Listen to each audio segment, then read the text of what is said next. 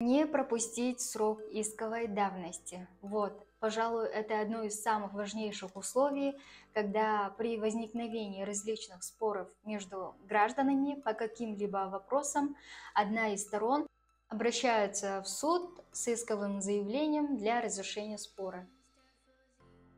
Давайте вначале уточним, что же такое срок исковой давности. Согласно статье 211 Гражданского кодекса Кыргызской Республики, срок исковой давности – это установленный законом период времени, в течение которого гражданин может обратиться с иском в суд для защиты своего нарушенного права.